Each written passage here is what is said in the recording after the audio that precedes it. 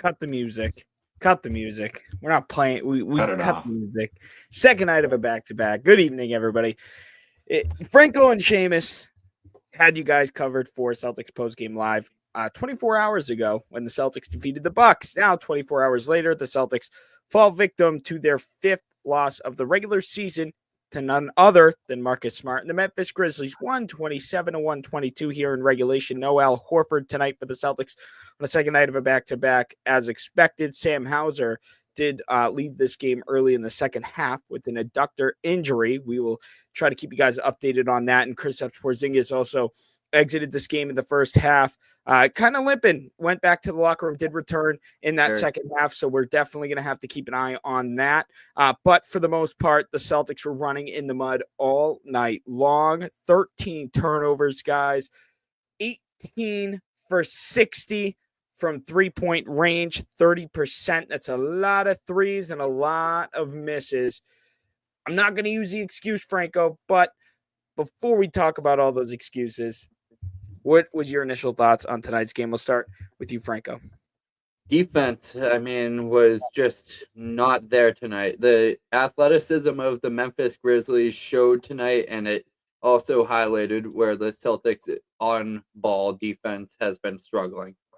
They had the best feeling of the game was when Marcus Smart came on the court when he got his standing ovation, but it was a close game at the end. They did a great job of keeping up with the Grizzlies. They put up a valid effort in the final five. I think that's something that is expected from the Celtics team, and I just was really hoping that they were going to be able to pull out the win tonight, but it just didn't fare that way. My goodness. Tonight, Justin, I know he doesn't want me to say it. Second night of a back-to-back for the Celtics, but that's no excuse. No, we're not. Listen, realistically, Seamus, you're right. It is the second night of a back-to-back. Just factual.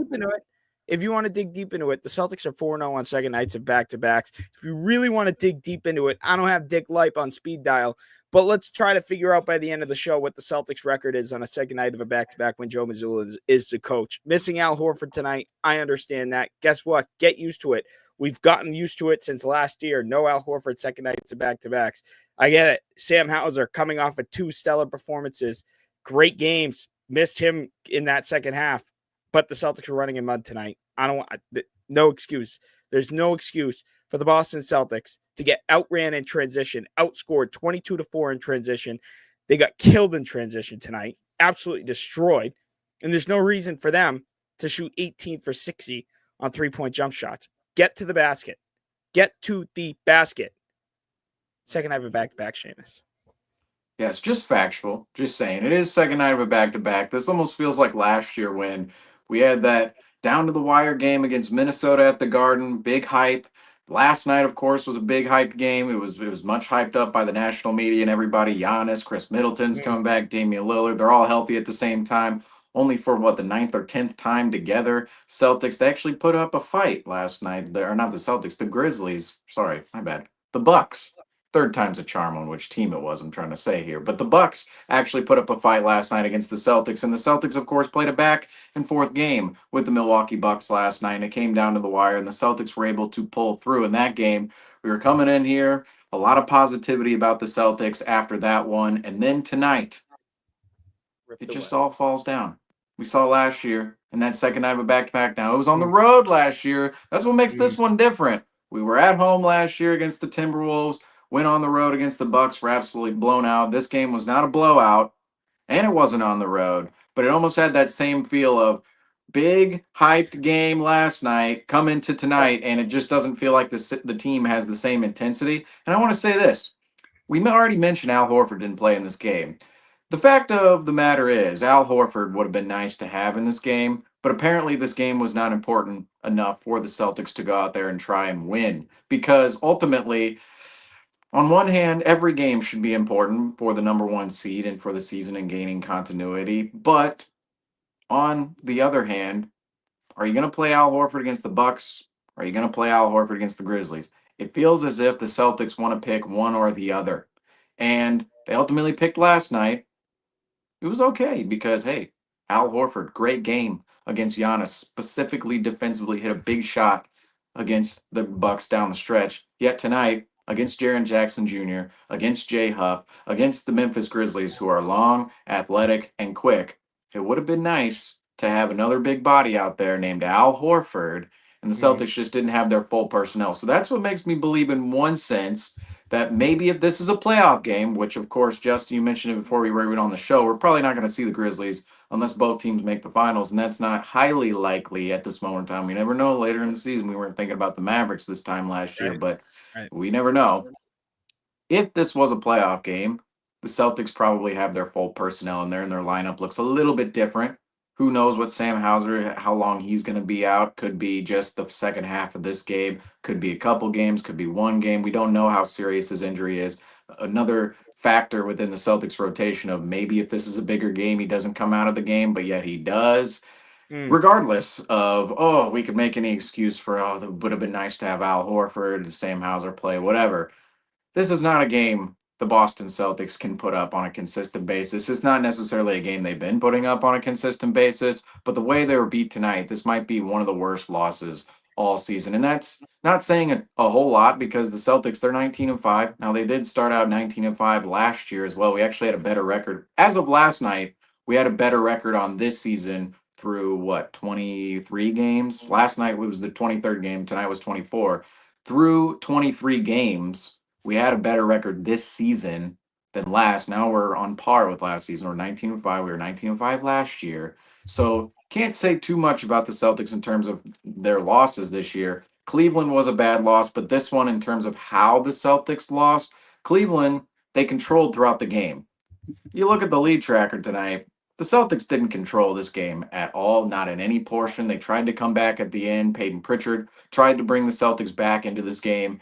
Just did not happen at all. Yep, there's our lead tracker for tonight. Good effort by the Celtics at the beginning of the fourth quarter, but it would have been nice to sustain that the rest of the way. If you look at the lead changes in this game, there are only two. Last night, I believe there were 14 lead changes in that Mm. game. Grizzlies' biggest lead is 14 tonight.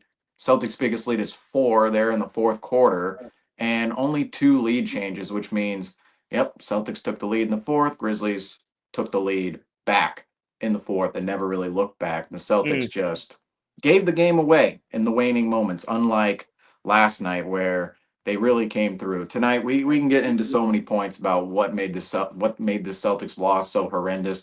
The amount of 3-pointers taken, Justin, you also mentioned it, 22-4 in transition, 22 Yeah. to 4. Are you Right. kidding me? And I also mean, points in the paint, 64-40 towards mm, Memphis, and the rebounding battle wasn't even close either. So in every single category you want to see the Celtics win in, they didn't defeat the Grizzlies tonight. And the Grizzlies walked out with one of their best wins of the entire season. now I do before I dive deep into this game, I do want to dive deep into the emotions of this game because this was a very emotional game for us Celtics fans, and of course for the return of Marcus Smart. Marcus Smart, this was his first time in his, I believe, 11-year NBA career that he's ever faced the Boston Celtics. He's ever been in that opponent's locker room, at least in a uniform. He came here last year, but did not dress due to his unfortunate injuries that kept him out both matchups last year, even the one back in Memphis towards the start of the regular season. But comes in, dresses, coming off an ankle injury this morning, says the ankle feels great. Then gets into a collision at shoot around this morning, bangs his head, gets a laceration above his right eyelid, and says that won't really affect him tonight. Shot 1 of 11, did play tonight. But what did we like about this game from Marcus Smart? It was so nice to see him back. So nice to really see him active because ever since he's left Boston, so ever since we traded him away, he's been through a tremendous amount of injuries between his wrist and his ankle, and you saw a much more durable Marcus Smart in Boston, but since then, Franco, he's been all banged up. So it was really nice, despite us losing and him beating us tonight. It was really nice to see Marcus back on that court. I think it was a much more touching last year when he came back. He was on the bench. We didn't have to worry about him. And Video tribute. the video tribute was He was there. neutral So last year. that was so we didn't have to. We weren't booing or didn't have to decide how we felt when he made a shot.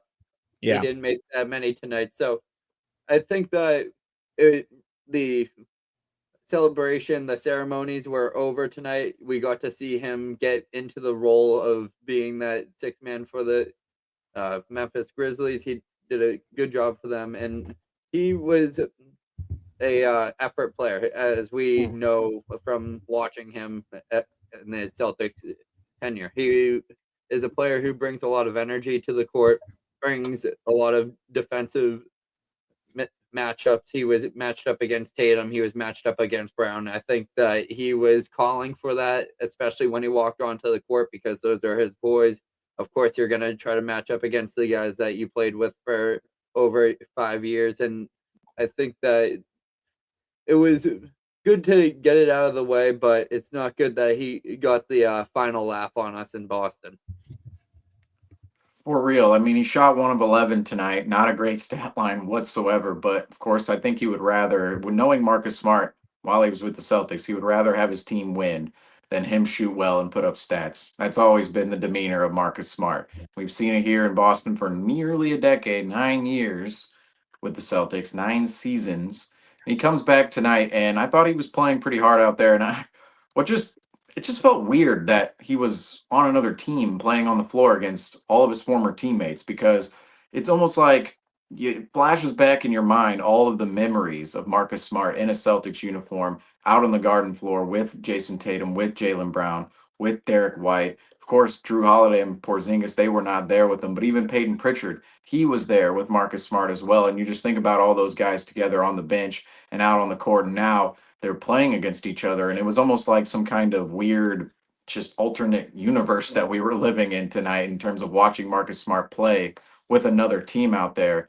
But Marcus Smart, he's going to be a crucial factor for this Grizzlies team later on in the season, because Franco, you mentioned it, he is their sixth man. He came in as their sixth man tonight, did not shoot well at all, but he is sort of that energy guy off the bench that they need to come in, and when he plays well, the Grizzlies, you can tell they're at another level when he plays well. They have, as of late, the Grizzlies, they've been on kind of a roll. You don't want to give it to them in terms of the whole team of the Memphis Grizzlies and not just Marcus Smart. They've been on a roll as of late, and they certainly brought it to the Celtics tonight. Now, Marcus Smart did not have the greatest of nights at all, but we know how many other areas of the game he impacts, and you can tell he does that same thing for the Memphis Grizzlies. However, you can also tell, Justin, I think you're going to touch on this too, where maybe looks a little different than when he was in Boston. Maybe looks a step slower.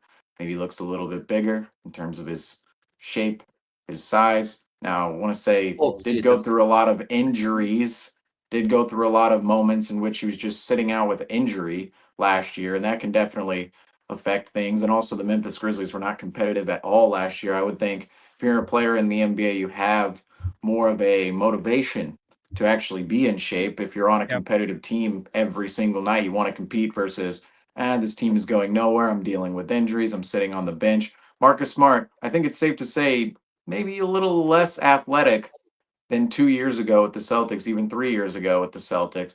But with the Grizzlies competing how they are now, you can see how they played tonight, how tough they played the Celtics. I really do believe the Grizzlies were the tougher team tonight between the Celtics and the Grizzlies. Marcus Smart, he's going to be a big part of their rotation, and I picked him for the Hustle Award this year. I don't know how great that's looking right now because of how he started the season, but Marcus Smart, he's still one of the top hustlers in the entire NBA, and I think he definitely fits this Grizzlies team like a glove in terms of his grit and grind. Marcus Smart spent 9 years with this Boston Celtics team, been to the conference finals 5 times with this team, and made the NBA playoffs every single year. There was not a year where Marcus Smart was with this team where the Celtics did not make the playoffs. He is truly what embodies winning.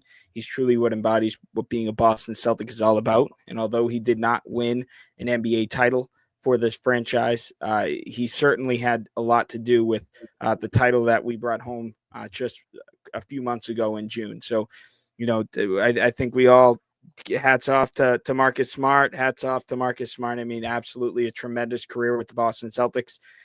career with the Boston Celtics might not be over. Maybe we see before Marcus Smart retires. Maybe sign a 1-year deal with us. You never know what the future On holds. that minimum. Yeah. Forever grateful for Marcus Smart. And I will say this, and I might not compare the skill type to Kevin Garnett, but I do want to kind of make the comparison for the Celtics fans who are younger than us who missed out on the Kevin Garnett days. Marcus Smart, intensity-wise, leadership-wise, wanting to win-wise, body on the line, blood, sweat, and tears on the line. He is as close to what you would get from Kevin Garnett. I remember Marcus Smart's rookie year, and I remember this play. This was one of my favorite Marcus Smart plays to this day. Celtics had recently, just about a year or two prior to that, getting Marcus Smart, had traded away Kevin Garnett and Paul Pierce in that Brooklyn Nets trade. So Celtics and Nets on the Garden Parquet. Loose ball. Marcus Smart goes flying on the ground for it. Who else goes flying on the ground for it? It's Kevin Garnett. Nearly 35, 36-year-old Kevin Garnett goes diving on the floor for the loose ball. Marcus Smart dives on it, gets it, throws the pass up ahead. Jeff Green slams it down for 2. And down on the other end, when Jeff Green was finishing that dunk, it was Kevin Garnett helping Marcus Smart up, hitting him on the back, saying, good job, recognizing game. And I feel like that, I still get chills watching that. I still go back and watch that every now and then, and I get chills because to me, it's like passing the torch. And that's exactly what it was. The Kevin Garnett era in Boston was over, but Marcus Smart, mini Kevin Garnett, came in, and he just truly, like I just mentioned a couple minutes ago, just truly embodies what it means to be a Boston Celtic. So, from the bottom of my personal heart, the bottom of all three of our hearts, thank you, Marcus Smart, for all you have done here in Boston, the community, both on and off the court. You've given everything and more to this city of Boston, and we just truly cannot tell you how much we love and appreciate you. We love and we trust you, and we're hoping that at some point in your career that you find your way back here in Boston and help us raise banner. Hopefully, we'll be past banner 20? number 19, unless you come back before the deadline. But truly want to, even though you technically were not on the roster last year, definitely want to give props to Marcus Smart. Can we get him a ring, please? I know it's kind of let's look down upon in terms of giving other players who aren't on your team rings and other people rings, but a ring to that 2020 Lakers team, you can't give him. You're not going to give Marcus Smart. Come on. Well, to me, it's come on. He was here 9 years. He was really. If you don't have Marcus Smart, who are you trading away to get Porzingis? Malcolm Brogdon. Who is it? Because they didn't want Brogdon at first. The transaction in order to get Porzingis, the last piece of the puzzle here in Boston, was Marcus Smart. And I know people say, well, we were trading somebody away to get somebody better so that we could go and win the championship. And Marcus Smart couldn't get it done. But he was here for 9 seasons, made a finals run with the team, and that 22 finals. It's just great that we made the finals that year because that team was 500 below 500. They were 3 games below 500 on January 6th, 2021 or 2022 rather. Yet it still stings losing to the Warriors the way we did because we were right there. We were almost up 3-1. Curry goes insane. Smart almost won his ring at that moment. Who knows if we win a ring there? Is Marcus Smart still on the roster as of today? We don't have no idea.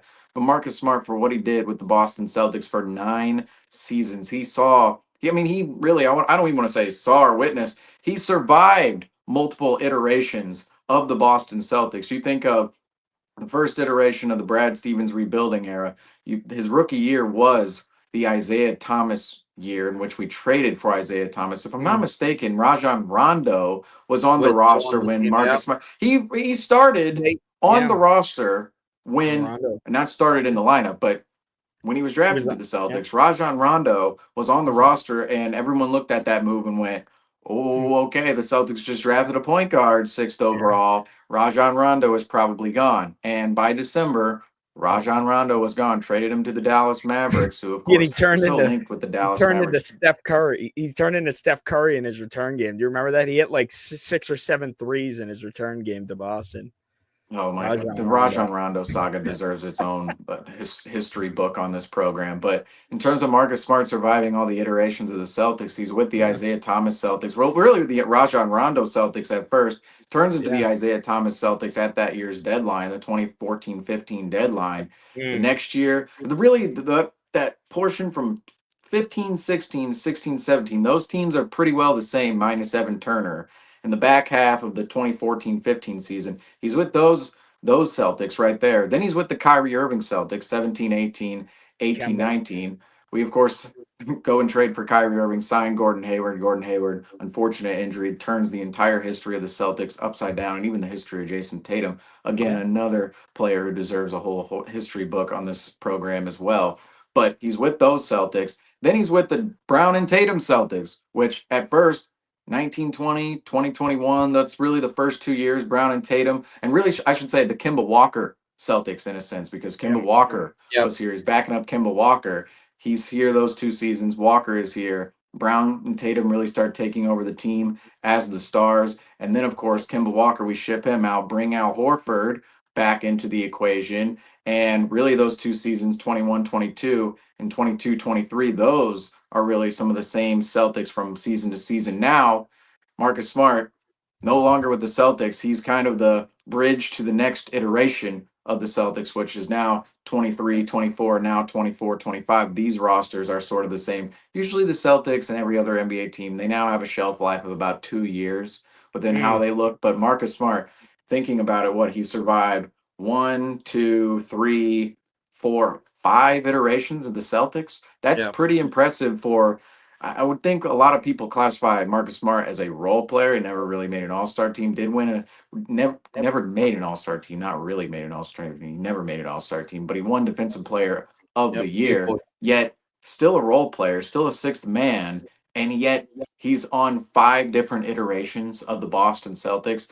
There is something to be said about that entirely, and it stings that he was never able to win a ring with the Celtics and that the Celtics won a ring the season after Marcus Smart departed. Mm. But Marcus Smart was a huge, huge beam in the bridge that led the Celtics to the title last year. And if there's any player that doesn't play for a specific team that deserves a ring from that team, it's Marcus Smart deserving a ring from the Boston Celtics from last year, because he had so much to do with that championship team. And although he didn't play that season, the history book before that, 9 seasons, it's all there in black and white. Marcus Smart, and you said it perfectly, Justin. He was like that generation's Kevin Garnett. He really was.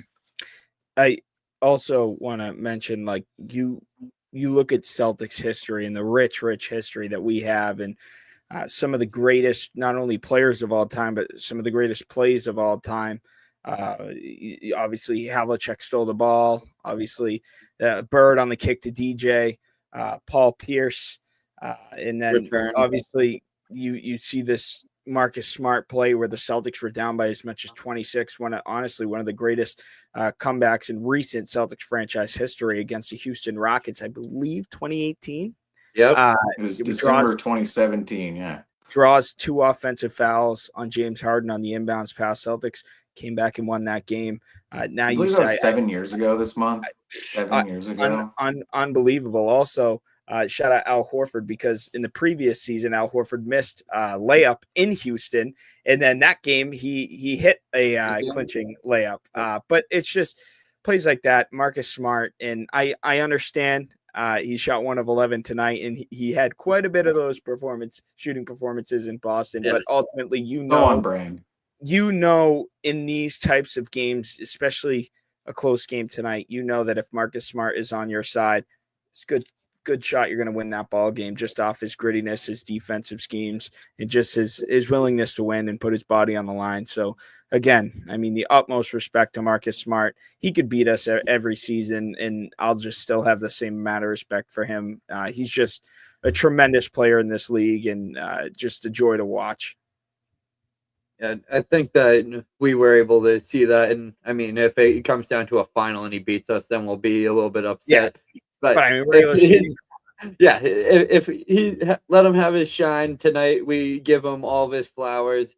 And I think he has been a really big transitional piece to the Celtics team because we're starting to see Peyton Pritchard, who is we'll talk about later on in the show, has filled into that role that Marcus Smart has, and you can tell that his effect has lingered, and you see the impact that he has on players like Jaylen Brown, who's really kind of became the captain once Marcus Smart was shipped out, and he's kind of taken the lead of being the player to lead by example on the court, being able to have those high intensity plays.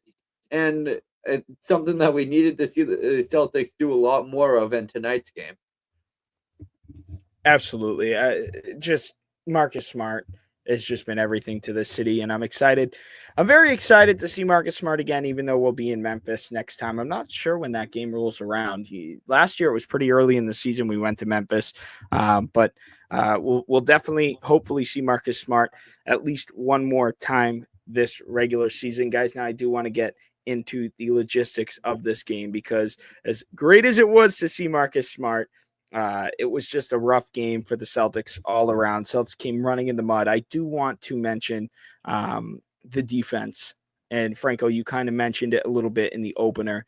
This Celtics defense, if there's been an issue with this team throughout the first, 24 games, this defense has not figured itself out whatsoever at all. And we talk about the perimeter defense. For me, it's the interior defense. There is zero resistance in the paint. Zero resistance in the paint. And Seamus, you mentioned the paint numbers earlier in the show. I did not look that pretty once again. And I never also does. Literally never does. I don't really know a game this year where we were looking, oh, look at the paint scoring for the Celtics. Look, they're outscoring their opponent in the paint. That almost never happens. I just this defense just is not cutting it. And look, I understand, we won 19 games out of 24, Justin, cut, what's the big deal? You're outscoring your opponents every night. That's not going to cut it in the playoffs. That's not going to cut it in the playoffs. I understand we're in November right now or December. That's not going to cut it come April, May, and June. That's just not going to, you're not going to win ball games off of these. We're doing an NBA Cup. Right. Right. I mean, really. But and you also I also want to mention I just talk about the zero resistance down low in these the defense has just been horrendous. And I want to mention the quarters too. Out of 4 quarters tonight, 31 points, 35 points, 28 points, still over that 25 mark. I like to see teams. I know modern day NBA scoring, the 3-point line, all this and that. The elite offenses in the NBA today. I get that, but the defense has been horrible. 31, 35, 28 in a 33-point fourth quarter for the Memphis Grizzlies. That can't happen. And you saw a 43-point quarter earlier in the week against the Cleveland Cavaliers at a 43-point fourth quarter. Can't happen, Franco. And you talk about it first because you did mention it in the opener earlier in the show. And I just think they need to figure it out with the centers. That's where it's all starting from. I mean, obviously the matchups are going to struggle against on one-on-ones, and that's something that the Celtics shouldn't be doing. I think that we need to see a step up from our star players. We need to see more situations where Jaylen Brown and Jason Tatum are locking down a key piece. They're able to shut down their lanes. And a lot of the pressure falls on Drew Holiday and Derek White and Kristaps Porzingis. And it just seems like once they get past the first line of defense on the perimeter, it's a free lane to an open layup. And I mean, Kristaps can only do so much. He can cover so much ground, and it doesn't seem like the Celtics are getting burnt on post-ups when a team is backing them down. It's all once they get to the rim, it's almost game over from there. And it's all positioning, and that's where one of these centers or backup centers can really step up. And once a Nehemias Queta or a Luke Cornett starts to fill that lane, once the defense is penetrated, I think they will have that solidified spot and they will get the minutes over the other guys, and we'll see two of the three start to receive more DNPs than the other. And I'm expecting to see a little bit more of a step up, and I think that the zone defense has been getting picked apart for the Celtics. And I mean, the Celtics didn't have a great shooting night tonight, but I mean, shots aren't going to fall sometimes, but it all started on the defensive end and allowing the Grizzlies to get these transitional looks. I almost forgot how good of a player John Morant was until seeing tonight, because I just don't get to see him that often. But man, he's a spectacle to watch. And Jaren Jackson Jr. was exploiting the Celtics defense like it was nothing. I'm gonna need a confirmation. Can you guys hear me right now? Yeah, we can hear you. Okay. I think I'm having some technical issues on my end, but I think if we're all good on the stream, it's no problem here. But the Memphis Grizzlies tonight, my goodness, just the scoring around the basket, especially in transition and even in the half court, the Grizzlies were the tougher team. They hustled harder than the Celtics tonight, and the Grizzlies, they embodied who they often are praised to be. The Memphis Grizzlies, they're, of course, the last decade, they're the grit and grind Grizzlies. Well, every single Grizzlies team since Tony Allen, Mike Conley, Marcus Gasol, since they all walked out the door, every other Grizzlies team since then has embodied that culture in Memphis, just like a lot of Celtics teams have done here in Boston as well. So you thought tonight's matchup, it's going to be two gritty teams going against each other. But the reality is the Celtics, they really haven't been all that gritty this year, especially with the paint scoring. Every team beats the Celtics in the paint, and the Celtics, their philosophy is, we're going to beat you from the perimeter. But the reality of the matter is, when you shoot 18 of 60 from three, 18 of 60, okay, that's 30% on the night. They take, the Celtics, they take 63 pointers tonight. I mean, they make 18. Well, guess what? The Grizzlies shot 33 3-pointers and made 15. That's 45.5%. You just hear those numbers. We made 18 threes.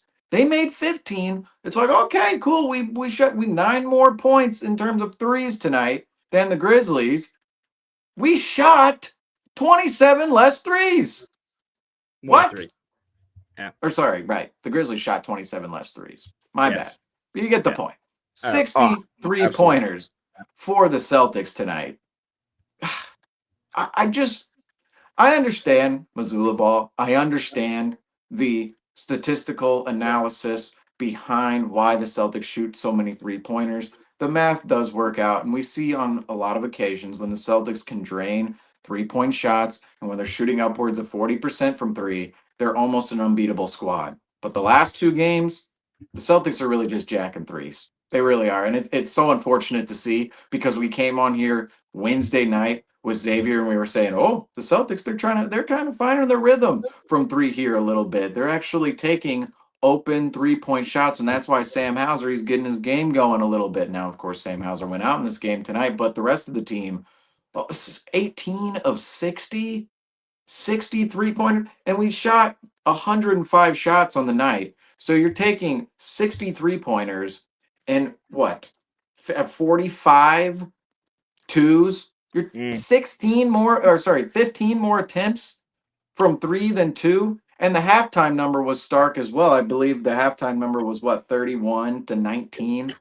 It was 20 Boston. It was 23-8 in the first quarter. 23 to Boston, 8 to Memphis. Attempts. But in terms of attempts for the Celtics, it was 31.5 from three, 19 from two, and then for the game, they're 45 from two, 60 from three.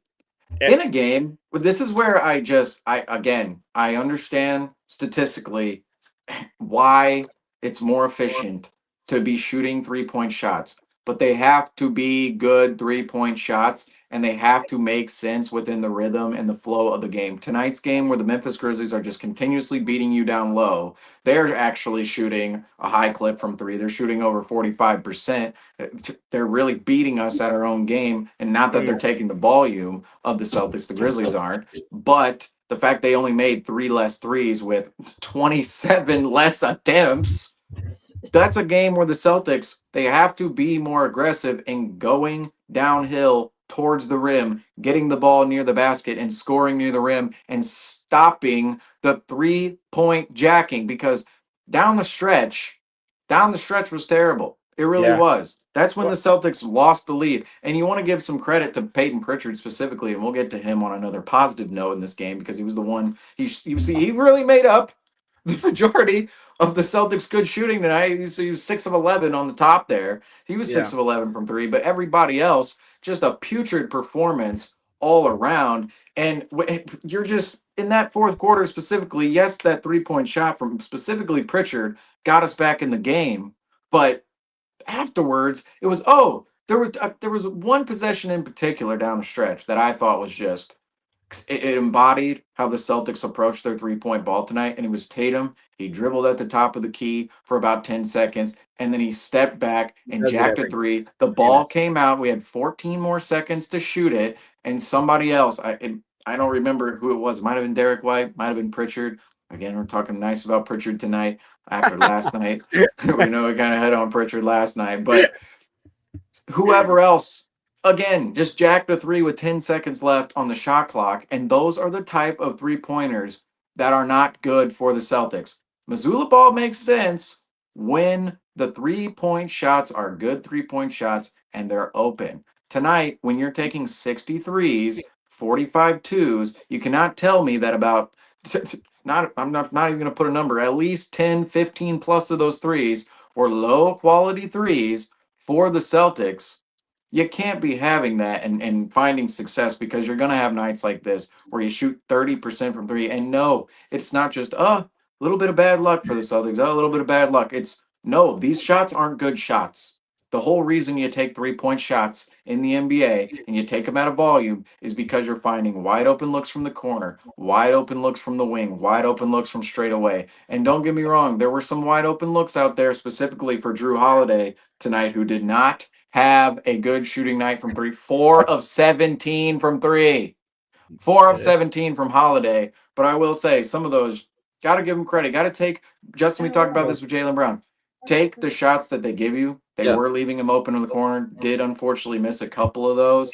So there's some Well, leeway there. But for the rest of the team, can we just go down the list right 12, now? 12 for 46 outside of Brown, who shot 2 of 3, and Pritchard, who shot 6 of 11. 12 of 46 between Tatum, Porzingis, White, Holiday, and Sam Hauser. 12 for 46. And White is just really having just a terrible White, shooting slump hey, right now in the last 2 games. Hey, he's got the 2 of exception. 15. Yeah, I mean, hey, listen, and to go off your point on Drew Holiday, first of all, it'd be a little bit more concerning if he had passed those up. Now we talked about the significant drop off of Drew Holiday's corner 3-point shooting. 60% clip last year from the corner, just right around 34-35% this year from the corner, which that is a significant drop. But at the same time, we do talk about how historic 60% is from the corner. I think that with those corner shots and how they were leaving him open, take those all day. Dude, you shot 60%. I know not this year, but you shot 60% from there last year. It'd be concerning if you didn't take those. Make him pay. Make him pay for it. And there were 4 times tonight where he did make a pay for it, and a couple of them late in the game where it mattered most, coming off probably his best game all season last night against his former team in the Milwaukee Bucks. Tonight, 4 of 17. Don't love the 17 attempts, but I will say a majority of those were wide open. And if you guys remember the 55-point win last year against the Golden State Warriors, that's what they did to Jaylen Brown. Jaylen Brown made them pay. They were leaving Jaylen Brown wide open, and it would have been concerning if Jaylen Brown wasn't shooting those. So I do want to shed some little bit of light on that, on the Holiday thing. I'm not saying 8 of 26 from the floor is acceptable, but outside of Jaylen Brown and Peyton Pritchard, 12 of 46 is just unacceptable, Seamus. Tatum, 1 of 10 tonight. Porzingis, 3 of 10. Yeah. Derek White, 2 of 7. Obviously, we're talking about Drew Holiday, 4 of 17. Hauser was 0 of 2. And that pretty much rounds it out there. So it kind of tells you the story for the Celtics in a sense. And Drew Holiday, this can't persist either. And I know it was kind of a special occasion if you're going to leave Drew Holiday open, and he had a couple of those shots tonight, but he led the Celtics in attempts tonight. After we're talking about Drew Holiday last week, Yes, going, sir. I don't know, is he showing his age a little bit? Now he comes out and he takes the most attempts for the Celtics. Now, Yeah. if they're wide open attempts, sure. But in terms of this game, I'm going to go ahead and say other guys on the roster now, you can't even really give out those shots, but Brown only shot 14 times tonight, but he was 10 of 14. Yeah. So Brown, Yeah. he was playing efficient. This is what kind of is, well, I guess we're going to touch on this point right now. Brown, and specifically Peyton Pritchard, Brown, he was 2 of 3 from 3. He was 10 of 14 All in the overall. fourth So you quarter. do the math here. He was what, 8 of 11 from 2? If Yeah. I'm not mistaken here, 8 of 11 from 2. He's Yeah. going downhill, getting to the rim, getting to the basket, 8 of 11. Super efficient from Brown. As for Peyton Pritchard, he went 6 of 11 from 3. Now he went 7 of 12 from the 1 of entire 1. field. So he was 1 of 1 from the 2. 2-point land there. And he was really the player making 3-point shots tonight. He took 11 of them after he only took 3 last night. Those Yep. two players, I thought they needed to be the focal points of the Celtics Well, down the stretch. And who were That's not the focal points? Jaylen Brown, Peyton Pritchard. And yet you have Tatum, 21 shots, 6 of 21. Drew Holiday, 26 shots, 8 of 26 tonight. That, to me, the distribution was all off. It just was the simply all off tonight, especially in the fourth quarter. the distribution was well off, and there was a point where the Celtics were down like 90-78 and in that third quarter and towards the end, and Peyton Pritchard went on a run by himself once again and really lifted the Celtics back into this game, as well as to start that fourth quarter. And Jaylen Brown had not attempted, if I'm not mistaken, hadn't attempted a 3-point shot in the first 3 quarters. Those 3 attempts and 2 makes came in that fourth quarter to really keep Boston afloat. I do want to point out that, to me, and this happened last season too, and I know it's kind of hard when you're 19-5 and you just, and Who are we to complaining about complain? last season Yeah. when you complaining about what happened last year when we literally won our 18th championship. But a big issue with what I've seen is when things are working, the Celtics steer away from them. And Yeah. Rob and I had a podcast together out last year. He came over to my apartment. We recorded a podcast, and if you guys remember, this was around the time the Celtics had that brutal home loss to the Lakers, where Lakers just shot like lights out from 3, and they were missing like Anthony Davis. I don't know if LeBron had played or not, or whatever the case was. They were both missing. Austin Yeah, Reeves lit us it up. was just a terrible that week was just not a good week for the Celtics. And we were talking about how the Celtics just steer away from what's working, and that's what happened tonight. Celtics were running in mud all night long, especially offensively, and they steer away from Peyton Pritchard and Jaylen Brown. They could have easily laid down in this fourth quarter, and the Grizzlies could have built on that 12-point lead, but Peyton Pritchard and Jaylen Brown exerted their energy and really were hitting shots down the stretch. And Celtics eventually, as we saw the lead tracker earlier in this show, Celtics had a 4-point lead in that fourth quarter. And what happened? The offense got stagnant. Yes. Kristaps Porzingis, which I love me a 7'3" guy who could stretch the floor. I don't love me a 7'3" guy when all he does is stand 30 feet away from the basket and shoot 3-pointers down the stretch. Yeah. Did not like that tonight. No. I thought when it got down the stretch, hey, if anyone's shooting a 30-foot shot, give it a P. Give it a Peyton Pritchard, man. 22.6 of 11. He was on it tonight. Coming off of probably his worst game of the year last year, Milwaukee, their game plan just totally took Peyton Pritchard out of the game for the Celtics. So definitely give the Bucks credit on that end. But I was very disappointed, Franco, to see the Celtics steer away from Jaylen Brown, and Peyton Pritchard, because those two are the only ones who offensively at least showed up tonight. Can I sound like an AAU coach right now and say, take a step in?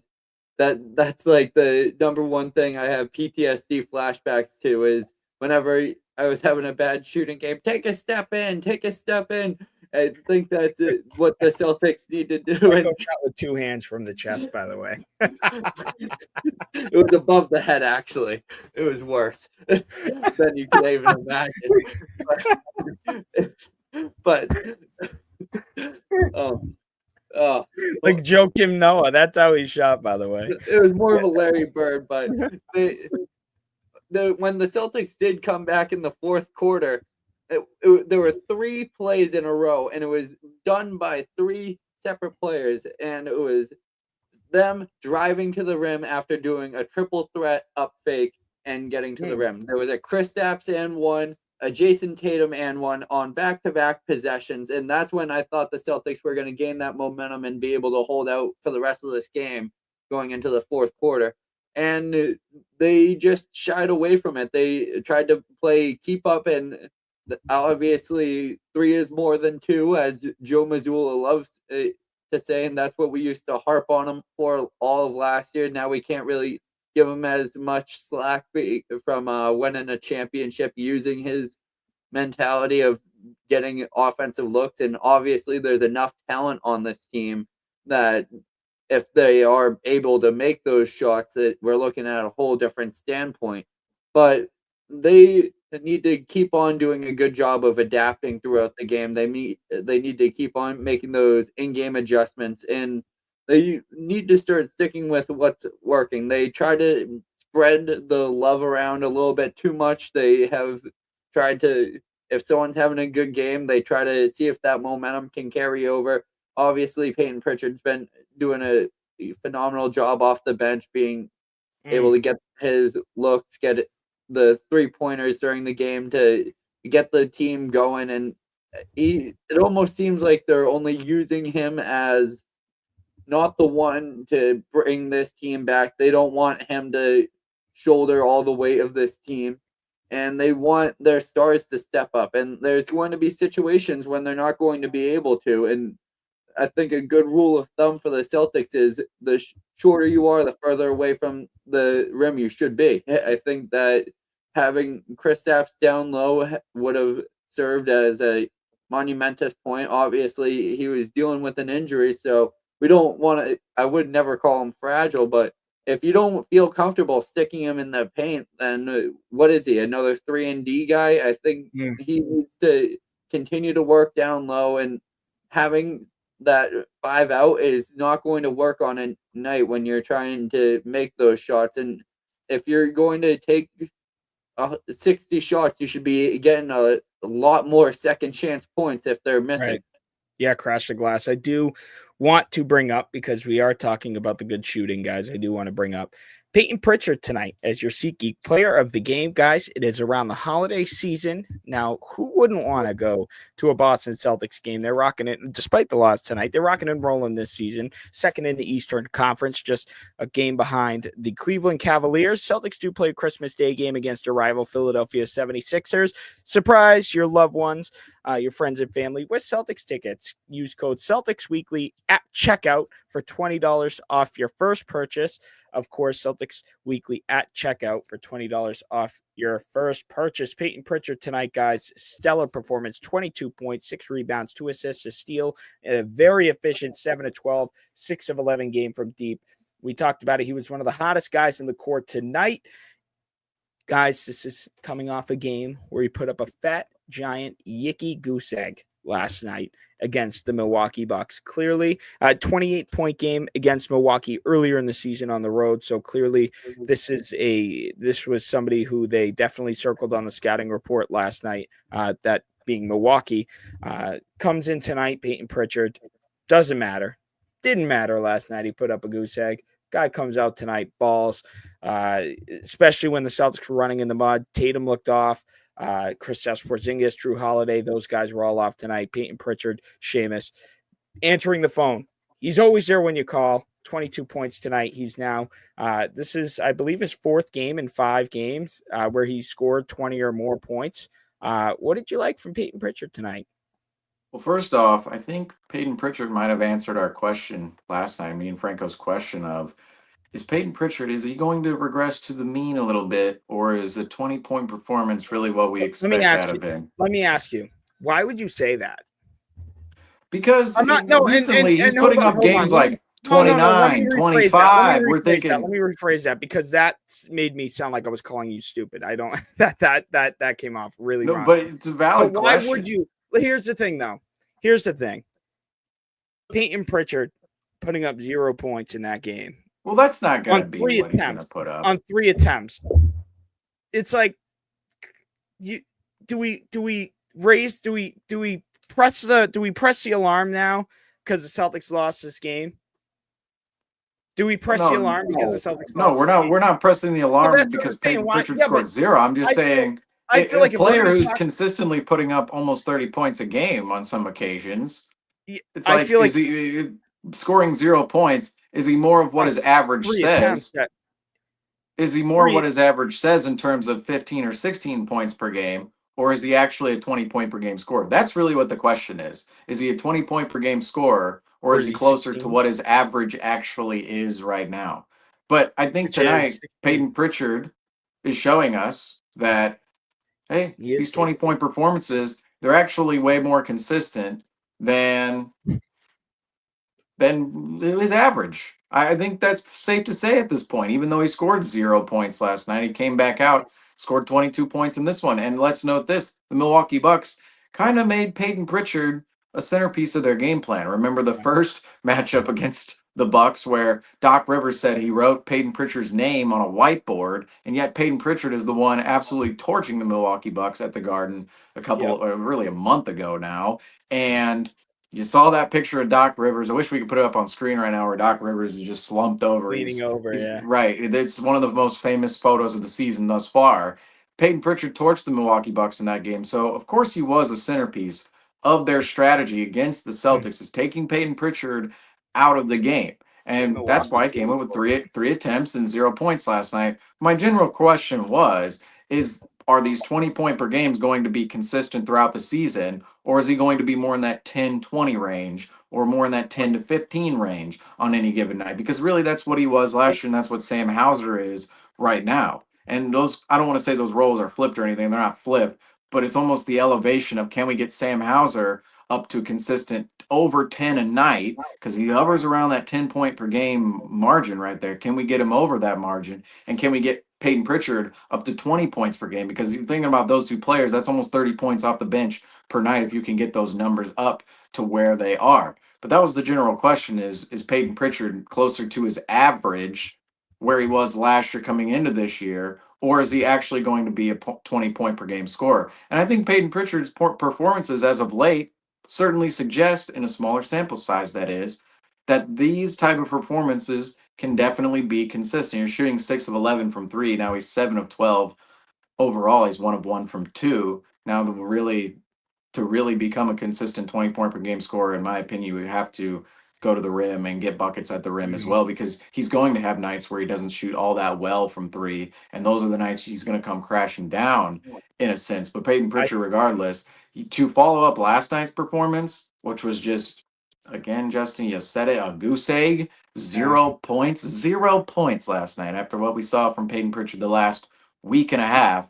He comes out, just continues what he's done the last week and a half. 20 points per game, essentially over that mark, 22 points tonight. And he was really the Celtics' best shooter out on the floor for the entirety of the game. And we were all saying in our group chat, go to Peyton Pritchard down the stretch. Celtics kind of turned away from him in a sense, but he was the guy who got the Celtics back into the game, and really the guy we wanted to see the ball in the hands of down the stretch. Now we saw more of Jason Tatum, which is totally fine as well, because Jason Tatum is our guy.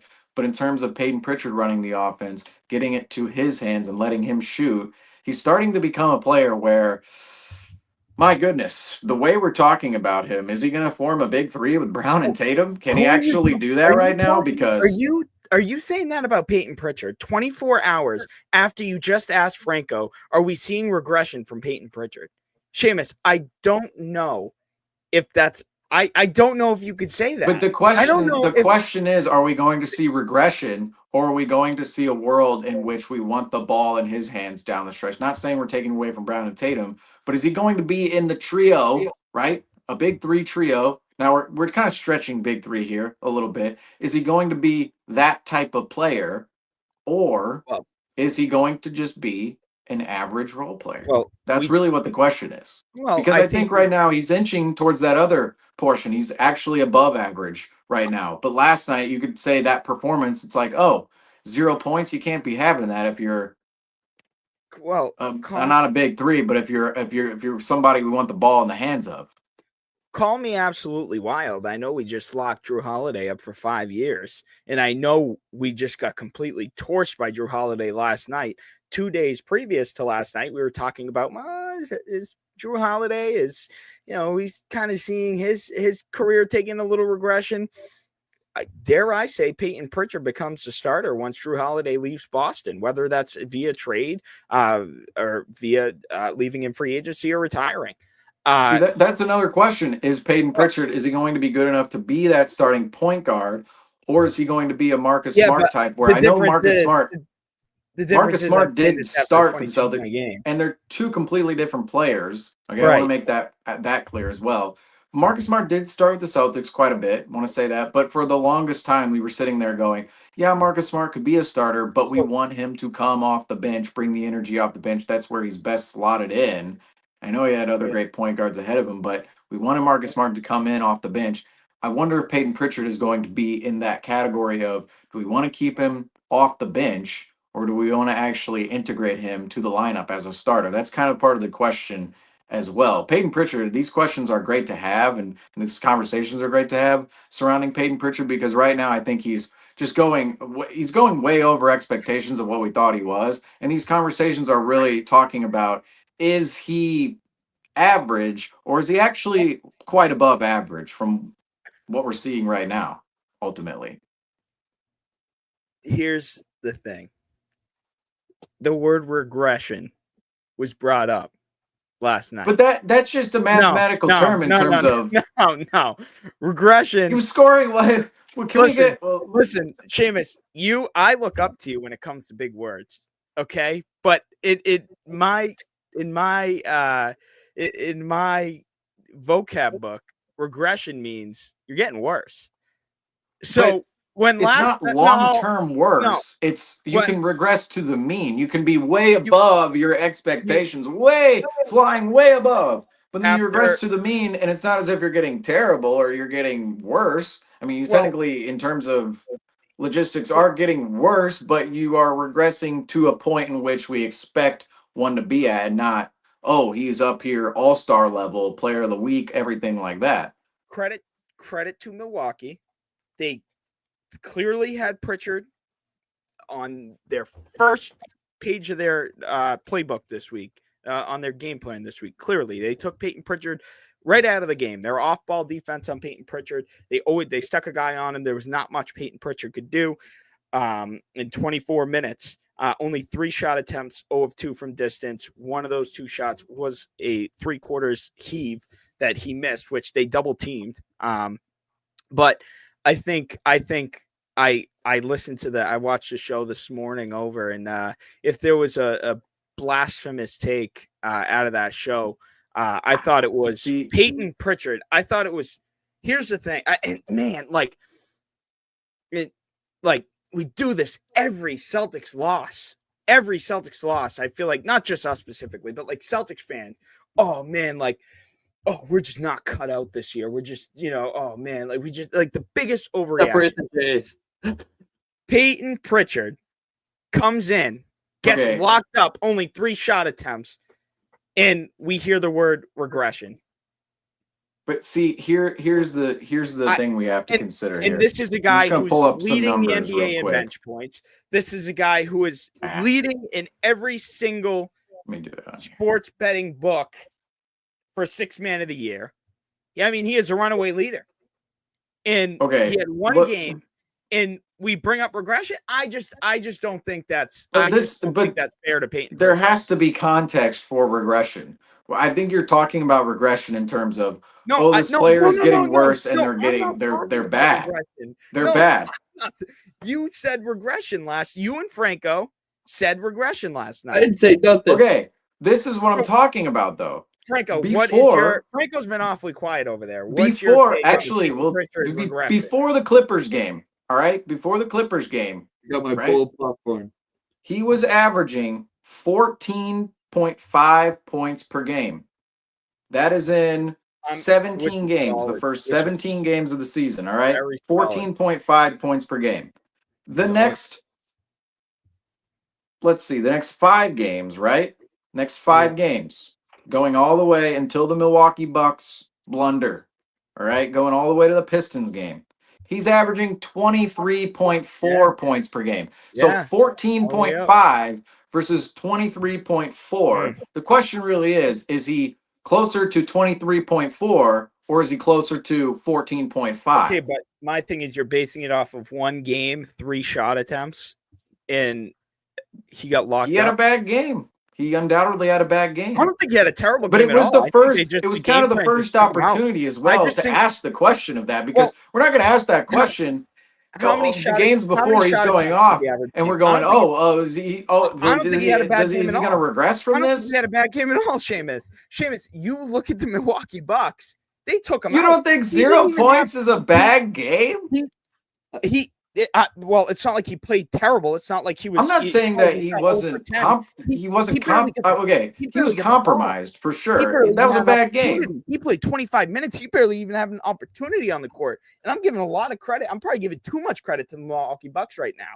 I mean, they are frightened of him. You mentioned it. First game, TD Garden just totally annihilated the Milwaukee Bucks. Second game in Milwaukee, I saw white jerseys in Milwaukee. I was thinking back to that game 6, Jason Tatum 46 on the road against the defending champs. I saw Peyton Pritchard put up 28 points. I said, is this Jason Tatum in the playoffs? Game 6, Eastern Conference semifinals. And then come game 3, took him out of the game plan. He wasn't turning the ball over. He didn't shoot 0 of 10. He wasn't throwing up these random shots.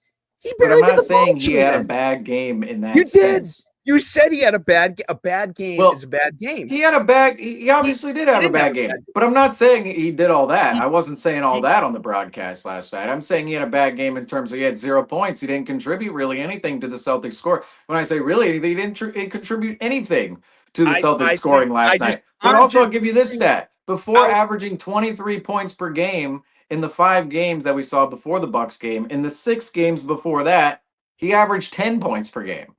So the question really is he closer to that 10, 15 range, even upwards of 20? We can say that right now because of the performances. Or is he actually closer to that 20, 25 range in which we have been seeing? That's what I'm really saying. He did have a terrible game against the Milwaukee Bucks. He shot 0 of 3, wasn't involved. Look at the game log before that game. We want that Peyton Pritchard out on the floor. We want the Peyton Pritchard we saw tonight in that Milwaukee Bucks game. He comes out and he's not an offensive factor whatsoever. Maybe he didn't have the highest impact of game because he got totally taken out of the game plan. That's a frustrating game. I'd quit. It's a bad game. And you're basing it, but I can't. You use the word regression, and that just after one game. You use the word regression. One game. That to me is mind-boggling. Remember that vocab word? Remember you want to go vocab? I do. Franco's got the dictionary. I've been reading my thesaurus. I don't struggle saying many words, but apparently thesaurus. I'm telling you, and Franco, I wasn't here last night to control the show, and I can't believe I rely on you, and I have very, very, very high expectations for you two when I'm here. When I'm what's going to happen now? It's going to be the YouTube video. It's going to say, "Is Peyton Pritchard regressing?" No, or is he? and you know what? And you know what? I think that was a I just think that was a terrible topic. I mean, I get it. I get it. Maybe obviously wasn't his best game. He put up a goose egg. Like, okay, like I agree with you there. Like, yes, that's not a good game. But like, let's not make it sound like this guy played terrible. Let's not make it sound like he turned the ball over and he shot 0 of 10. But we didn't make it sound like that. You are. You're saying he's regressing. He got picked on defensively. He wasn't a factor offensively. It's not like he was getting picked apart defensively.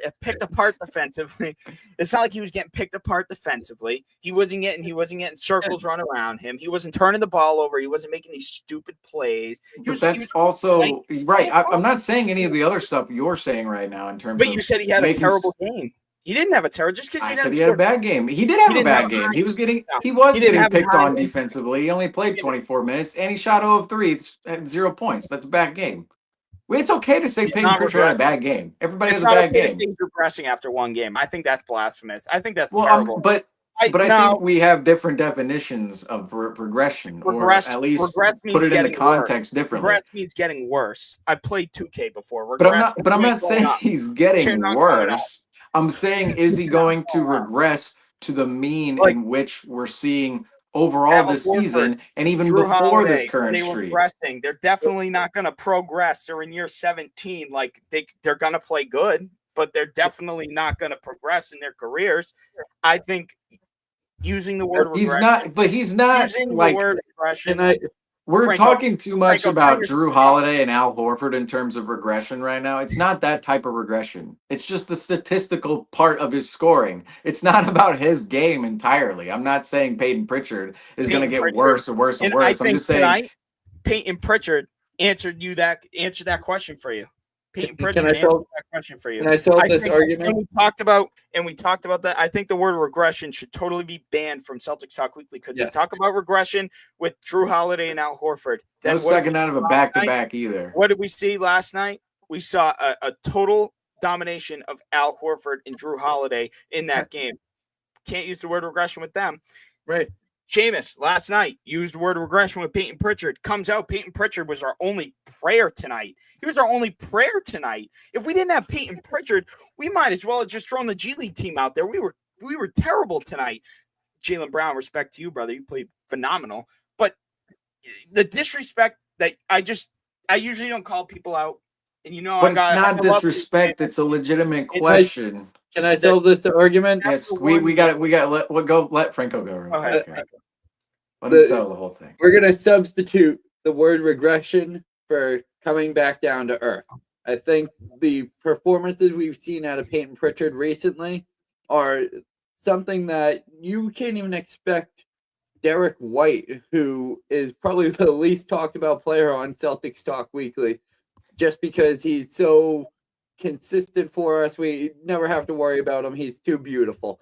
I think that Peyton Pritchard is one of those players that is just getting into the confident state. And the fact that a team had to game plan for Peyton Pritchard alone and had to have a primary focus on Peyton Pritchard. Definitely no regression. Jaylen Brown and Jason Tatum, two all NBA players, alongside a Kristaps Porzingis, who's also a all-star player, all-star caliber player as well, is something that has to stand out because for a six-man of the year, someone who's going to be considered, if he's averaging 20 points off the bench, that's someone that's going to be due for an all-star candidacy and something that needs to be looked forward into. And having him take 3 shots, that's more of a role player. That means he was playing a little bit more of his role. And being the sixth man, you're not always expecting your sixth man to take over 10 attempts during the game. And the fact that he is able to do that for the Celtics is a complete luxury, especially when we have Drew Holiday, who's actually making a very good turnaround, and I think he's starting to find his flow again. Once those corner threes start to fall for him, I feel like that's not going to be ever a conversation or a thing of doubt in Celtics Talk Weekly post-game shows. Once he has that good game that he's shooting above 50% from 3 and it's above 5 to 10 attempts, I'm just really hoping that Peyton Pritchard continues to have this progression and is continuing to develop his game, because it's not all about how he's been scoring. It's about what he's been doing on the court alongside that as a defender and also as a facilitator. So it's funny how you mentioned Seamus last night, that in a game where Peyton Pritchard puts up a 0-point game against the Milwaukee Bucks, obviously, first of all, you mentioned lesser teams. There's not a single team in the NBA that's not lesser than the Boston Celtics at this moment. maybe the Cleveland Cavaliers at this very moment, maybe the Oklahoma City Thunder, but we haven't even seen them yet. But Peyton essentially kind of, in my opinion, too, disrespecting Peyton Pritchard a little bit, saying how he only performs against. Well, wait, that was. I don't think that was about Peyton Pritchard. It was about Peyton. Seamus. Hey, was this not about? Seamus. Was this not about Al Horford? Seamus. Franco, like, were we not talking about Al Horford when I mentioned the Hornets and the the Raptors? We're caught in 4K. Third teams. And do you think Peyton Pritchard moving? Seamus, come on, man. Run that back. Run that back. What? Wait, credit. Seamus, I watch the shows when I'm not here, man. Come on, listen. And you're talking about lesser opponents. You're talking about that on a night where we played the Milwaukee Bucks. Peyton Pritchard didn't dominate the Milwaukee Bucks the first 2 games. You're correct. Come on, Seamus. You're correct. Give Pete his respect. Peyton Pritchard, 6th man of the year leader. Look, right now. I'll give people their respect when they don't score 0 points in a game. That's just what it is. No regression. I'll give them their respect. No, we had to pick on Peyton Pritchard a little bit because he has been out of this world. He has been out of this world entirely. He's been out of this world entirely. I'll admit that 100%. I don't think that's not hard to admit. Is it crazy to think but that when we're sitting here and seeing that every night, we have to ask the question of, is this real when it's coming up? Is it real? It is real. I'd say it.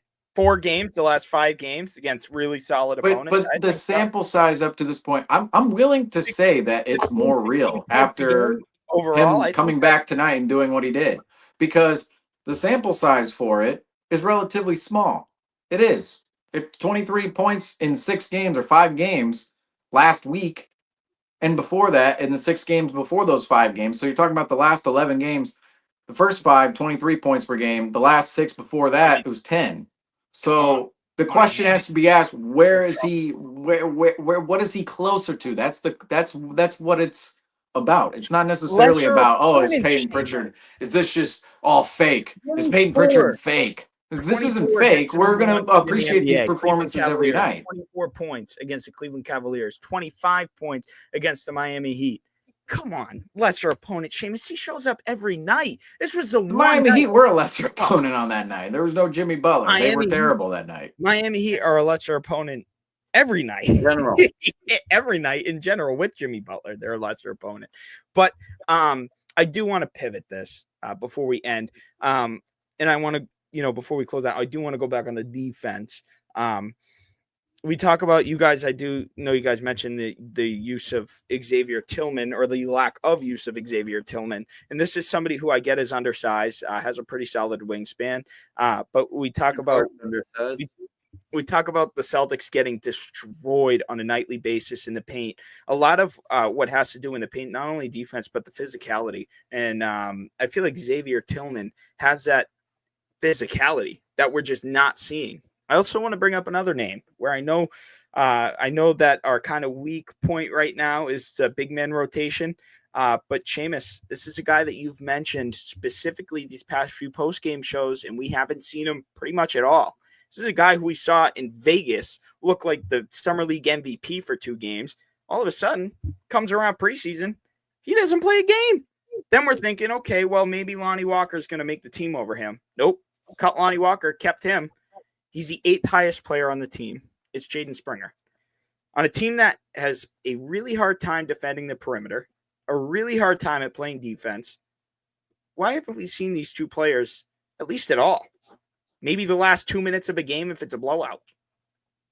There's something behind the scenes that we don't see, that Joe Mazzulla isn't exactly thrilled about with Jaden Springer or Jordan Walsh for that matter. You can say that for all the guys on the end of the bench. Yeah. There are ultimately only a few spots in the rotation actually give out behind our top 6, if you really think about it. And one of those spots is definitely going to be Hauser, and you're definitely going to give another one of those spots to another big man, whoever's slotting in and out of the rotation. So after all those guys, there are a limited number of slots that you could actually go and put somebody in, I will say about that. That being said, the fact we see Jaden Springer, none at all, It's a little. I just don't know why we made the Banton trade last year to get one developing young guy on the roster again. When Banton, I'm not saying Banton's the best player in the world at all, but he's at least producing something for the Blazers. Would Springer even be playing for the Blazers right now? I have no idea. Now, we can say here too that offensively, Jaden Springer has nothing really in his bag, but you do see the rest of the rotation as well. Everybody else does. You can mask that a little bit on the offensive end. Can you give him some wide open corner threes like you do Drew Holiday? Can you stick him on the wing? Can you stick him in spots where he's going to succeed on offense and he's going to be a guard dog defensively? That's what we kind of expected out of Jaden Springer when he was traded to the Celtics from the Philadelphia 76ers. I don't know if you guys remember too, when that transaction went down, we thought we fleeced the Sixers, and the Sixers fans thought so as well because they were sitting there going, how did we give away Jaden Springer to the Boston Celtics for essentially nothing? For nothing. Yeah. Because Ben went to the Blazers, and they pretty much got a second-round pick out of him. Yeah. How do they get rid of him for nothing? And yet we've gotten nothing out of Jaden Springer. He's caused us to unfortunately cut Lonnie Walker because of the amount of money he's making, and he's not playing whatsoever now. I don't know what the future is here for Jaden Springer. Maybe there are more optimistic views of Jaden Springer. He's only 22, 23 years old, and people believe, if he's going to develop a little further, he could be somebody who slots into the rotation later on down the line. But that's still to be foreseen. It really is. We're not seeing him at all, and that's more of just a theoretical, throw it out into the universe. How many other players have we actually talked about that with where, Trayvon Waters, maybe... No, it didn't happen. It just never happened. Kadeem Allen, Jabari Bird. That was a whole different situation. I won't even include him. He started playing good, and then the dude got arrested. I was going to say, completely different situation there. But all these other guys were thinking, maybe.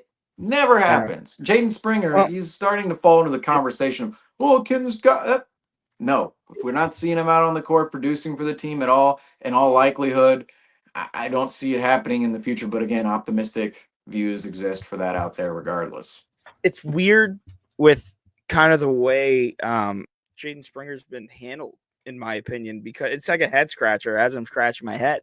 I mean, it comes in Summer League. I think he only played 1 or 2 games, and he dominated those games. So they ended up resting him in the remainder final 3 or 4 games of the Summer League. So it's like, okay, Jaden Springer, maybe he's too good for Summer League.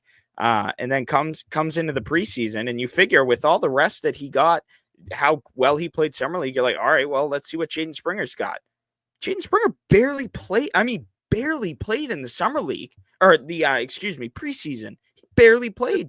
Usually you get racks of minutes in the preseason. Jordan Walsh, for example, not really existent so far here in the regular season, but I think we can all agree preseason he looked phenomenal.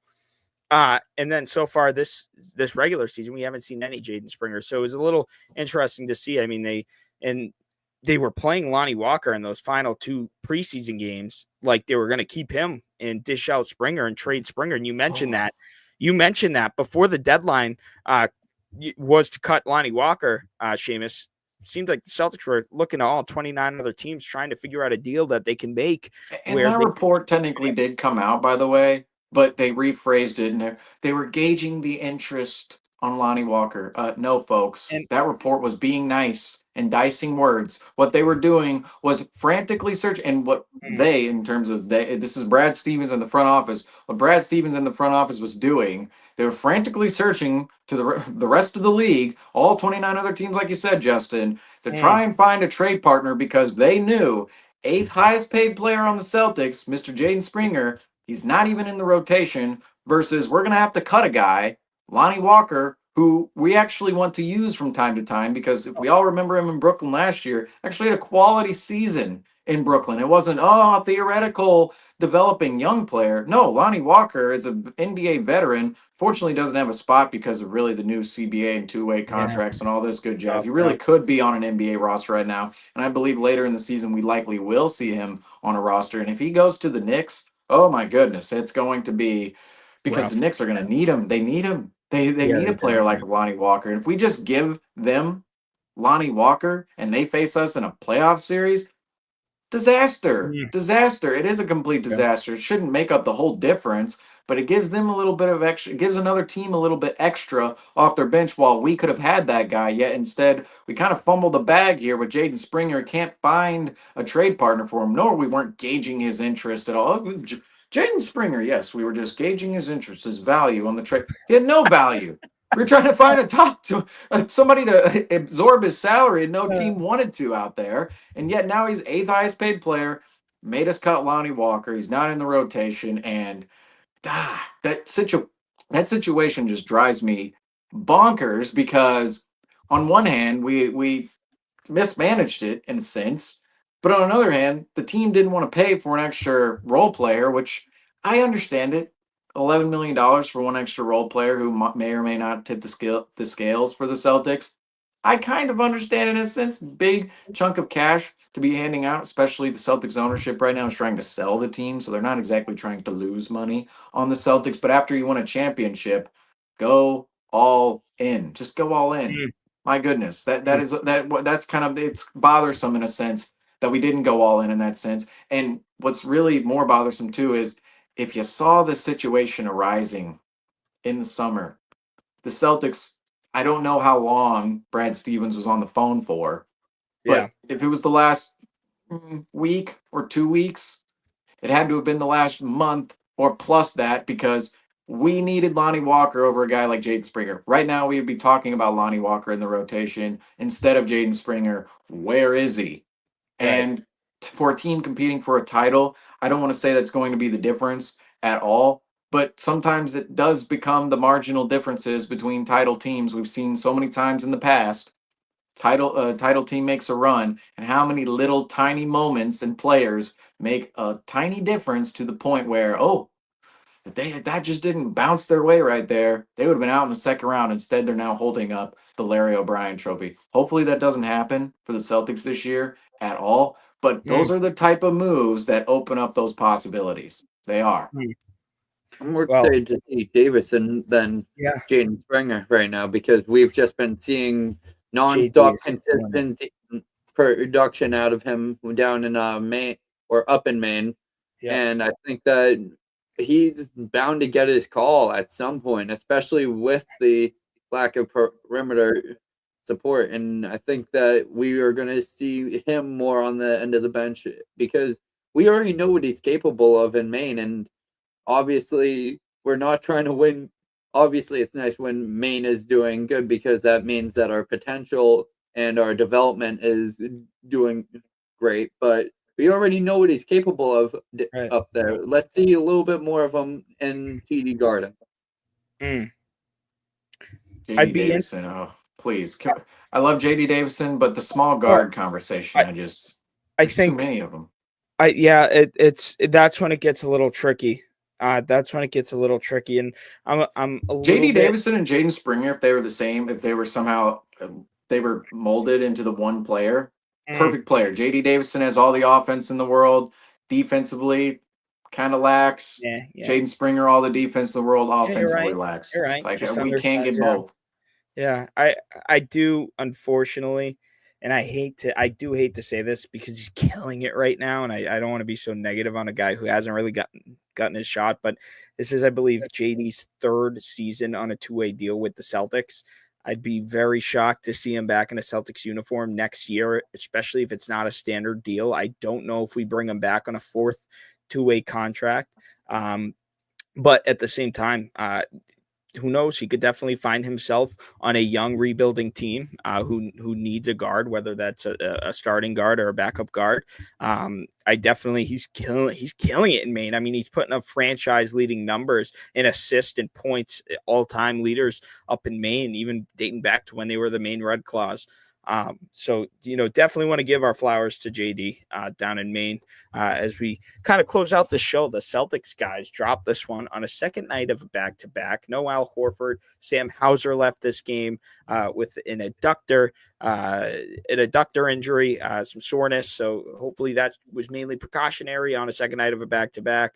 Kristaps Porzingis entered the locker room in that second quarter, returned after the half, seemed to be okay, seemed to be running okay. We'll kind of monitor it.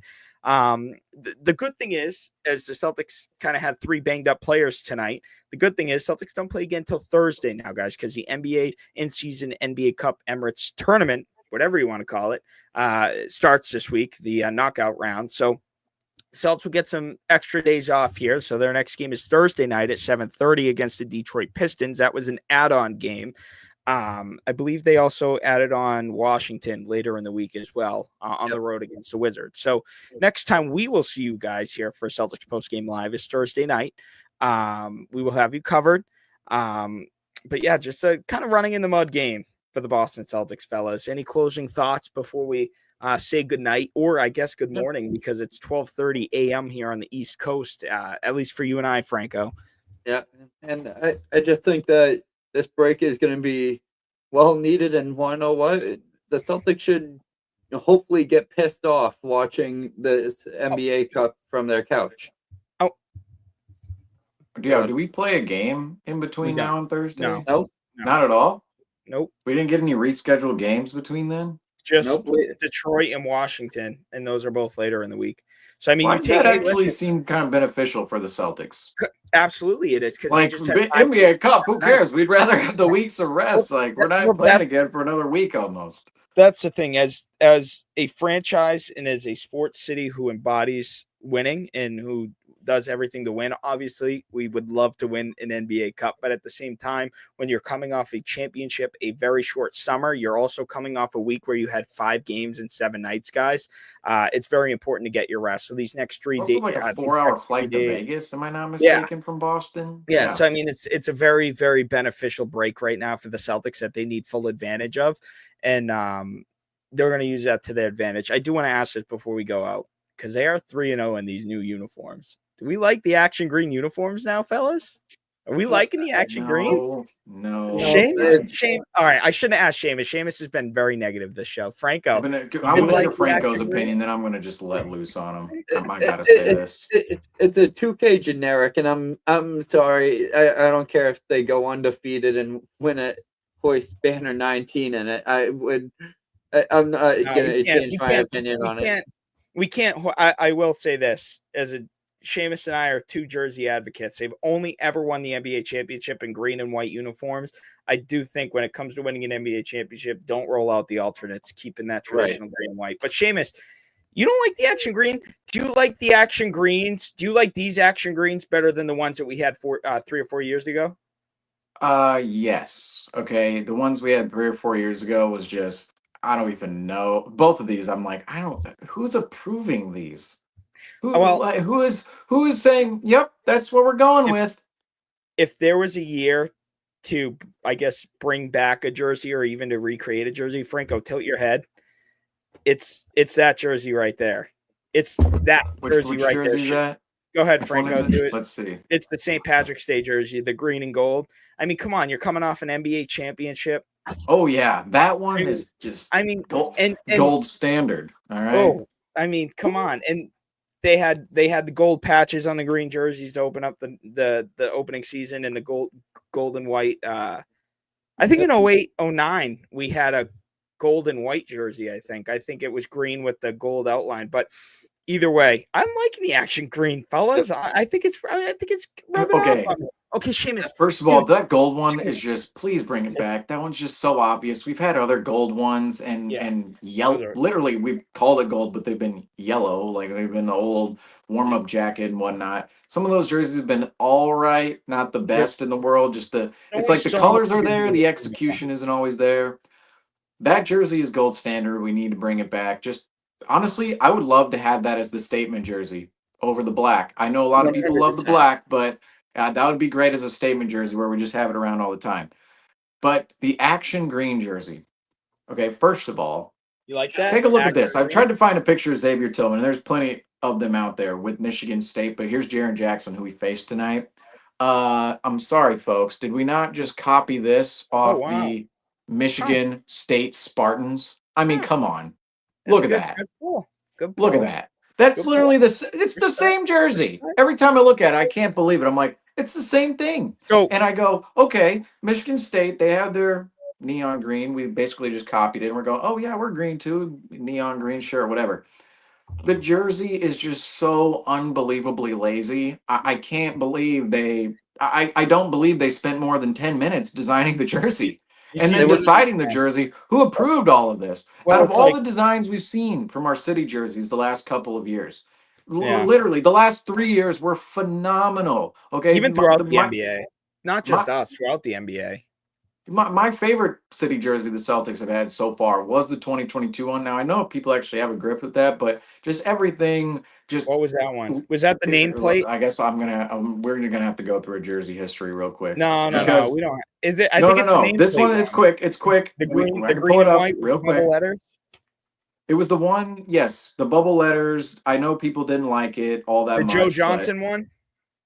yes, Yes, I that know one. people Yeah, didn't like it, I but loved it. That's trying to that's find a actually full uniform that's my picture favorite here. Celtics jersey, other than the green and blacks. But I mean, See, come on, yeah, those are just in the and in the gray on the sides. Oh, they that's see, and sexy. the back had Sexy. the back looked like this, Yep, the nameplate. Yep, that's like and the old then Christmas Day jerseys used to have the nameplates on them.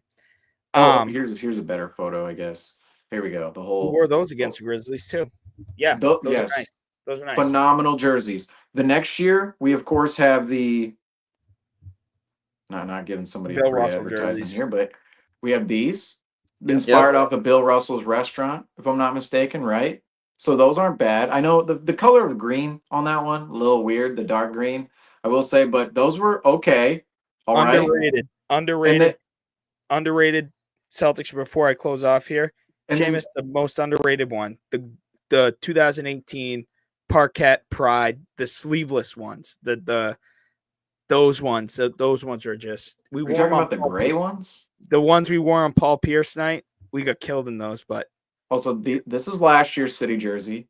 just It's not okay. sold on Look, those. I even have I have the Not hat to sold. go with it. I know I wore Not this hat sold. last night on I wore this hat a lot last year. See? Oh, you wore that last night when you didn't you? Yeah, When you yeah, gave yeah. that terrible I pick on wore it paper. last year too, a lot. so So, fired up. okay, I- but all of those city jerseys, right? All of those city jerseys leading up to the ones we have this year, the action green city jerseys, which, I mean, come on, folks. Come on.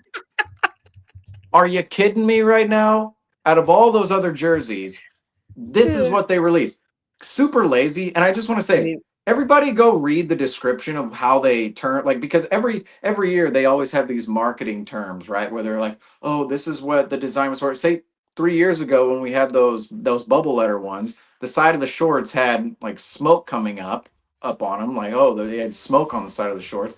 That was for Red Auerbach cigar, supposedly, right? And some of the other elements of the jersey, like the bubble letters and whatnot, oh, it was early Celtics jerseys. That's what they derived the inspiration from. Well, these jerseys, if you go read the description of where the inspiration comes from, the side is supposed to be, so you know the woven side, right? It kind of goes like this. You have the Yep. action green and kind of the dark green you can't even see on the jersey. It's Oh, supposed to boy. represent peach baskets from when basketball first started. Are you kidding me? There's one weave on the side. They're saying that's peach baskets right there. That's where that comes from. And then the action green in the font, right? The font that's on the front, Oh my the goodness. lazy font that does it literally looks like I went into Fonto and just I used this font probably 7 years ago on my page when I didn't know what I was doing whatsoever. That's the font they use, and it's called, I believe it's called Future or Front Yeah. Future, Front Facing Future, something is of that Future, matter. yeah. It is Has Future. future in it, right? And it's looking ahead at the next chapter of Celtics history, and I'm like, you got to be actually effing kidding me with the description they gave. Those are the two elements, folks. The font, the green, and the peach basket BS on the side. We're the Boston Celtics. Oh my goodness. We are one of the best franchises in all of sports. Wow. Excuse You me. would- I mean- not even in the NBA. I'm literally crying over this out here. I'm crying. I don't know if you guys can see it. I'm crying over this. You would have thought We are one of the best sports You would've thought I franchises did the same as ever, who voted and for it this is what they Thanksgiving roll Day. out. Who are they paying for this? Did they slash their budget? What are they doing? And let's bring this out too. They already have the black statement jerseys. Why do we need another black jersey? Oh my goodness. I don't Like understand. I'm on Hannity right now. This is just ridiculous. This is just, man, you were. I shouldn't have asked. I'm sorry. We had to just unleash on those jerseys No, because you did. You had to unleash. credit. Yeah, I actually will take Why? credit for this because whoever the designer is, no offense, because I'm sure they're a good designer. I'm sure they actually had multiple jerseys lined up. I'm sure they did. Their brand deal with Nike. Who picked this one? How was it voted? This must have been up to some kind of democratic vote. Did they vote via electoral college? Like, what did they do? What exactly did they do in order for this jersey to hit the Celtics court, the parquet floor? Because every time I see it in our score bug with it, I Oh go, my goodness. what? We are the gold standard of sports teams, and we're rolling out this lazy nonsense. It's really the laziness of it, the copycatness of it from Michigan State, and just what, future font, peach basket from the side. What are we doing? Doing? We've had amazing jerseys in the past. Amazing jerseys. With that being said, you got to just throw out different kinds. I think it is actually better than what we had in 2021. Those were just, I think that was because of a COVID manufacturing problem, quite frankly, because a bunch of teams just had their normal jerseys. They had their normal jerseys, but they. Can we bring out the 2021s here? Let's see. So you aren't. So I'm guessing you aren't sold on this year's jerseys. Before we short answer is it says favorite jersey of all time. All right. Oh, how about this one? What about the banner ones, folks? At least that was a little bit more creative. Come on. Great creativity, but we sucked that last year. We sucked the year we wore them, so it just demoted the jerseys. But listen, those are nice. Yeah. I like those. I love those. I really like those. They just didn't make any sense. It's like, listen, I've had the outro music running for the last 20 minutes here, Seamus. I mean, this was. Do you like these? Do you like the action green uniforms or not? Yes or no? If you're rating them out of like 10, yes or no? Do you like them? No. Okay. No. That's all I needed to know. No. I'm fair. What's unbelievable, I think I'm fairly neutral on them in a sense, but I don't. Come on, folks. We've had way better city jerseys. We could have kept the 2022 ones and just rode them. And we're like, nope, get rid of them for this nonsense of no creativity and inspiration and laziness. Just as creators, come on. This just bugs us. We know the jerseys that exist on Reddit. We do. Hey, you know what's action green? Our stream ending sign. We're out of here. We'll see you on Thursday night.